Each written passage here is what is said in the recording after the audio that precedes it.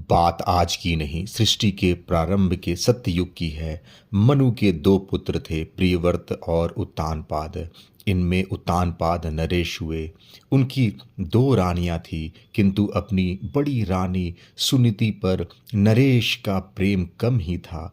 वे छोटी रानी सुरुचि के वश में हो रहे थे। एक दिन बड़ी रानी का पुत्र ध्रुव खेलता आया और पिता की गोद में बैठ गया। छोटी रानी वहीं थी। उनसे यह सहा नहीं गया।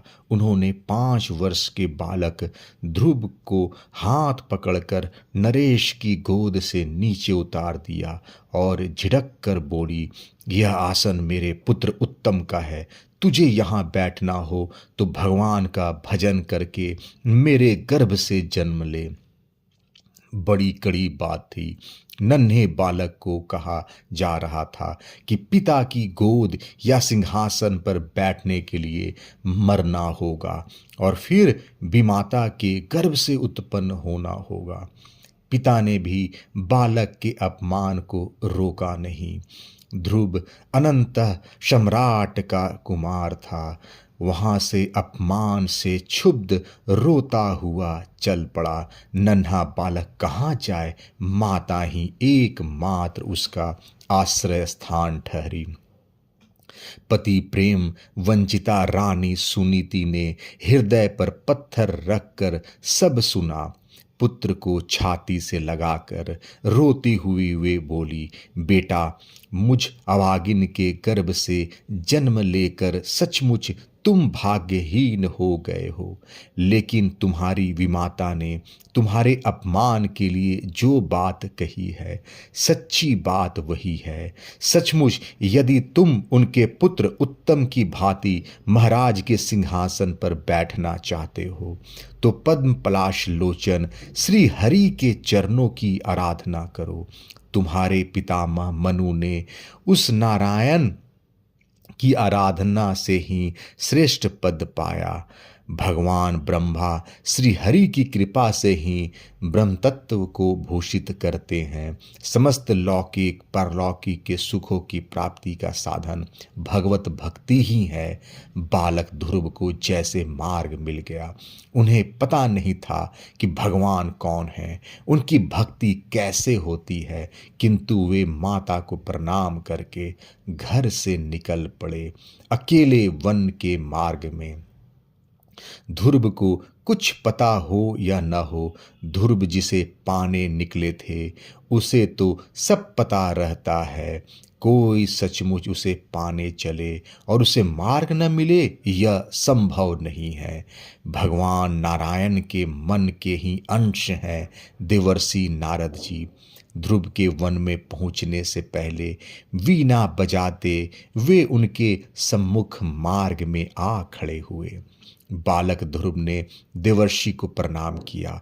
देवर्षि ने उनके मस्तक पर हाथ रखा, पुचकारा और सब बातें पूछ कर समझाया। अभी तो तुम बच्चे हो, बालकों का क्या अपमान और क्या सम्मान। घर लौट चलो, मैं तुम्हारे पिता को समझा देता हूँ।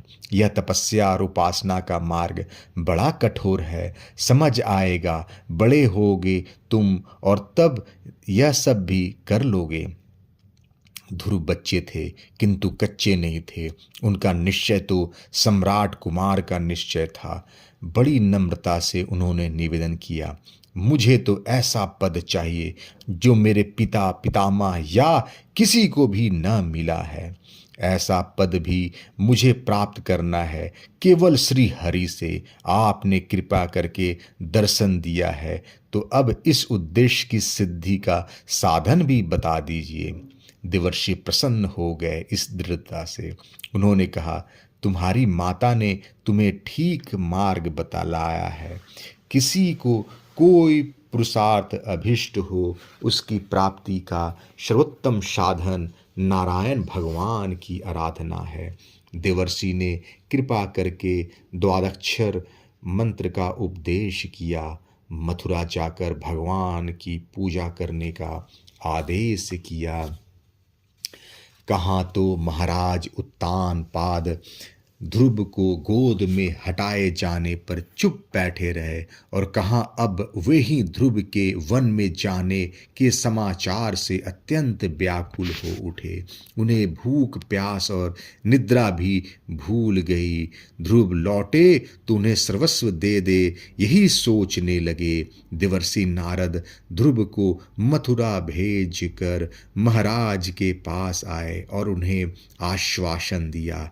ध्रुव मधुवन में पहुँचे। यमुना स्नान करके वे देवर्षि के उपदेश के अनुसार मंत्र जप तथा भगवत ध्यान में जुट गए। 1 महीने उन्होंने 3 दिन के अंतर से एक बार बेर और कैथ खाने का नियम बनाया। दूसरे महीने वे प्रति छठे दिन सूखे तृण तथा वृक्ष से अपने आप गिरे पत्ते खाकर रहे। तीसरे महीने 9 दिन के अंतर से एक बार केवल जल पी लेते और चौथे महीने तो 12 दिन बीतने पर एक बार श्वास लेना मात्र उनका व्रत बन गया। चौथा महीना बीता और ध्रुव ने श्वास लेना भी बंद कर दिया। एक पैर से निश्चल निस्पंद खड़ा अखंड ध्यान मग्न था वह क्षत्रिय कुमार। बादल गरजे, बिजली टूटी, ओले पड़े, सिंह और अजगर दहाड़ते फुंकारते आए, व्यर्थ था माया का यह सब प्रपंच। ध्रुव तो ऐसे दृढ़ शैल थे कि उस पर मस्तक पटक कर मायक प्रपंच स्वयं नष्ट हो जाते थे। अंत में माता सुनुति का रूप बनकर माया पुकारती आई, बेटा ध्रुव लौट चल बेटा। पर ध्रुव के बंद पलक न हिले। देवता छटपटा रहे थे। वे प्रत्येक देह में हैं।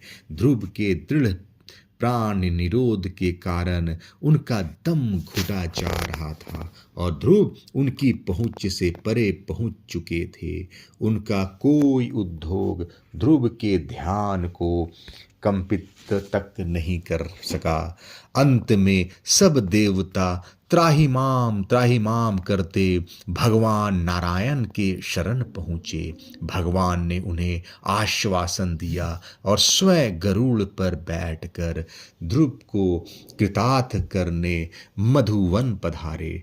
त्रिलोकी के नाथ सम्मुख खड़े हैं, किंतु ध्यान मग्न ध्रुव को इसका पता तक नहीं है।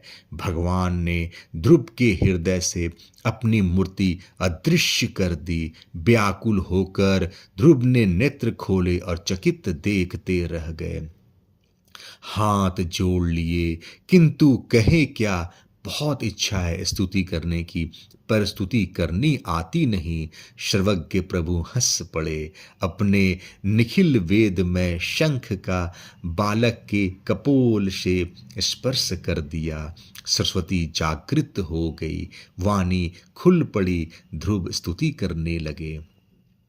स्तवन के पश्चात प्रभु ने कहा, बेटा ध्रुव, जिस पद को तुम्हारे पिता या पितामह तक ने नहीं पाया है और जिसे कोई भी नहीं पा सका है, वह ध्रुव लोक तुम्हारा है। अभी तो तुम घर जाओ। पिता के बाद पैतृक सिंहासन को भूषित करना, धरा का राज्य भोग कर यहाँ का समय समाप्त होने पर तुम सशरीर उस मेरे दिव्य लोक में निवास करोगे। सप्तर्षि या समस्त तारक मंडल उस लोक की प्रदक्षिणा किया करेंगे। भगवत कृपा पाकर ध्रुव लौटे। उनके लौटने का समाचार देने वाले को महाराज उत्तानपाद ने अपने कंठ का रत्नहार उपहार में दे दिया। माता सुनीति के हर्ष की बात तो कोई क्या कहेगा। प्रसन्नता के मारे पूरा आशीर्वाद भी न दे सकी।